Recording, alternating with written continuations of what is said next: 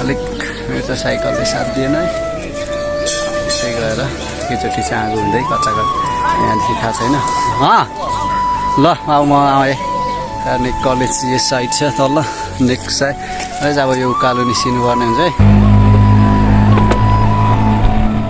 अहिले हामी चाहिँ टक्क यो चाँगो मुनि यो माथि के भन्छ खड्काडिलबाट अगाडि बढिसकेर अब चाँगुको मुनि पुग्नु आँट्यो है। यहाँदेखि अब थोरै ओह्रालो छ, त्यही भएर अब हिँड्नु आँटेको थोरै निस्किएको।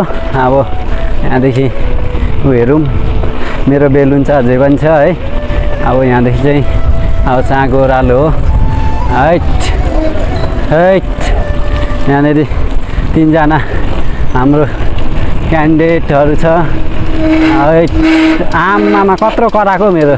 ल ल ल हो ठिक छ, लु जाउँ बिस्तारै। यही हो दाइ।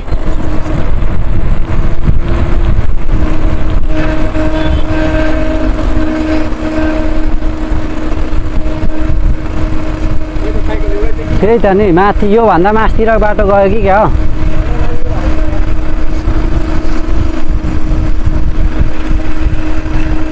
ओ मन्जिल पर्खी बुन्नु, साइकल चलाउन यो बाटो गयो? गएको छ अरे दाइ।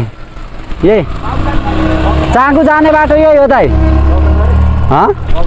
गएको छ। यस माथि डाँडा चाहिँ चाँगु है। यस यस यस यस यस मजा आयो थोरै भए पनि है। ठिक छ नि होइन मन्जिल। अब यो उकालो आउने बित्तिकै चाहिँ म अफै गर्छु कि टाइम लाग्छ है। अहिले चाहिँ चाँगु अब निस्किसक्यो है। हामी छिटै निस्क्यो है, धेरै टाइम लागेन। अनि हेर्नु सक्नुहुन्छ यहाँ तलतिर कुन ठाउँ हो चाँगु बाटो मुनिदेखि नै। अब चाँगु त यहाँ निस्किसक्यो उकालो वल्ल वल्ल।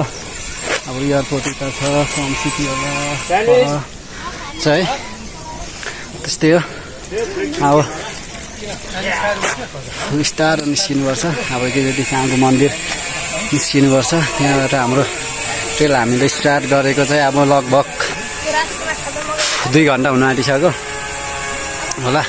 2 आवर्स अलिक भएको छैन है। त्यस्तै हो, रमाइलो भइरहेछ अहिलेसम्म चाहिँ। तर हामी उकालो हान्नु चाहिँ धेरै गाह्रो हुन्छ है। तर नै मैले चाँगुको मुनिबाट विदाउट हिँडेर त्यो के भन्छ झरेन के, कसरी भयो नि माथिसम्म चाहिँ साइकलमै आयो होइन। पसिना हेर्न सक्नुहुन्छ खतरा निस्क्यो। अब त्यसको लागि चाहिँ भक्तपुर काठमाडौँ पुरै देखिन्छ यहाँबाट चाहिँ। मेरो साइकल बिग्रेको छ है, चेन 2 चोटि छुट्टिसक्यो। चेन अलिक पुरानो भएर पनि होला होइन। अनि त्यस्तै हो गाइस, दुःख मान्नु पर्दैन। अब म चाहिँ डोराउँछु। अनि यहाँनिर अब चाँगु कटिसकेर हामी चाहिँ यहाँनिर त्रिशुल डाँडा पुग्न आँटेको होइन। त्रिशुल डाँडादेखि चाहिँ थोरै तेलकोट भन्ने ठाउँतिर चाहिँ पाइन्छ होला हो। अनि यहाँ थोरै अब हेल्प माग्नु पर्यो। अब यहाँनिर उहरू त छ भन्छ के भन्छ मेकानिक्सहरू, अब कहाँ हुन्छ ठाउँमा, अब भनेको ठाउँमा छैन। अब त्यही भएर दुःख पाइयो थोरै। अब गरौँ है त एकचोटि।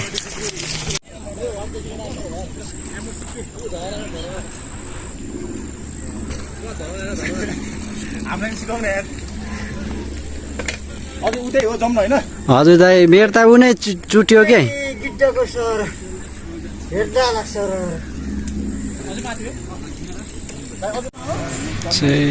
चटपटे खाने हो।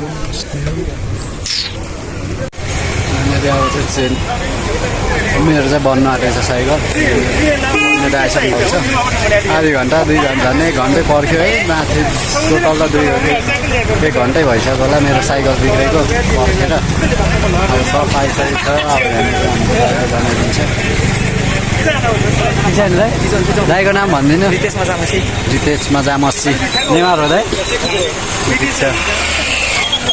यो कुन ठाउँ हो टक्क आइपुगेछ अब यो सर्ट जाने हो माथिको टावर पुगेर उचाइ रहेछ नगरकोट पुरै यत्रो छ चाहिँ 11:30 हुन आँटिसक्यो 12-1 बजीतिर हुन्छ होला नगरकोट लुलिन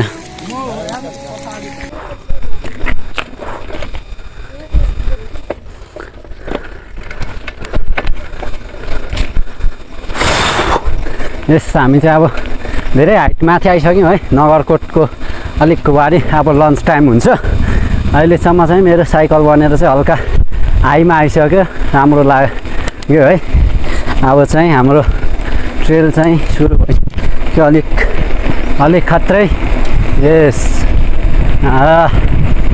यस हाम्रो विदेशी पनि एकजना जोइन गरेको रहेछ हाम्रो जोइन हुनुभएको रहेछ उहाँ तलतिर कुन साइड देखिँदैछ हेर्नु सक्नुहुन्छ र अलि है अब लन्च गर्ने ठाउँ चाहिँ यस लन्च यहीँ हो दाइ यस ल ओके बल्ल बनाएर बल्ल निस्क्यो नि दाइ आज बल्ल यस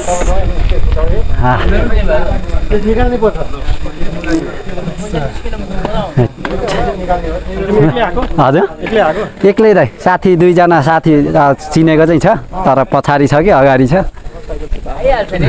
हजुर बिस्तारै आउँछ म 1 घन्टा जति भुलेँ बन्यो बल्ल दाइ साइकल बल्ल बनाइयो अब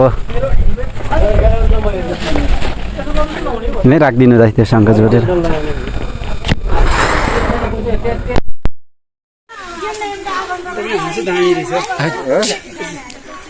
ल गाउँहरू यति राम्रो छ है हेर्नु सक्नुहुन्छ सबैले खतरा छ गाउँहरू यस्तो दामी छ है मेरो साइकल के हुँदैछ मेरो साइकललाई खै हावा खाँदैछ नि यो प्लेटले अहिले हामी चाहिँ यहाँनिर कुन ठाउँमा आएर टक्क चिसो खाँदैछौँ सबैजना थकित छन् है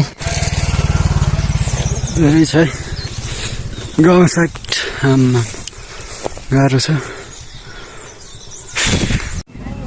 अहिले यो चाहिँ साँगा है केटाहरू सबै आइसक्यो यहाँनिर केटाहरू आइरहेछ कोहीहरू अब यहाँबाट 50 मिटरको चाहिँ 50 किलोमिटरको चाहिँ यहाँदेखि अब भक्तपुर जान्छ हामी चाहिँ माथि रानीकोट निस्किनु पर्ने हुन्छ अब एकछिन रेस्ट गरेर यहाँ थोरै एकछिन रेस्ट अब यसो पानी सानी खाने अनि हामी 100 किलोमिटरको चाहिँ फेरि अप हिल जानुपर्ने हुन्छ है यति भन्दै पर देखेको चाहिँ धुलीखेल बनेपा हो है यहाँ तल साँगाबाट चाहिँ मेरो साइकल बिग्रियो है फेरि साइकल बिग्रियो अनि म चाहिँ त्यही पनि हिँडिरहेको छु उकालो अब जसरी भए पनि म रानीकोट चाहिँ आज पुग्छु नि है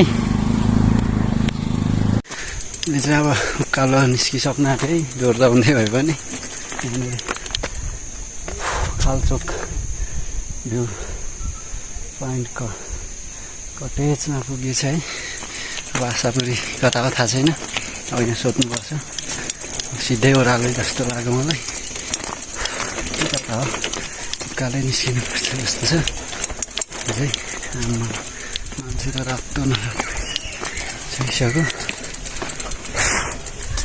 आशापुरी अब कता हो दाइ यता हो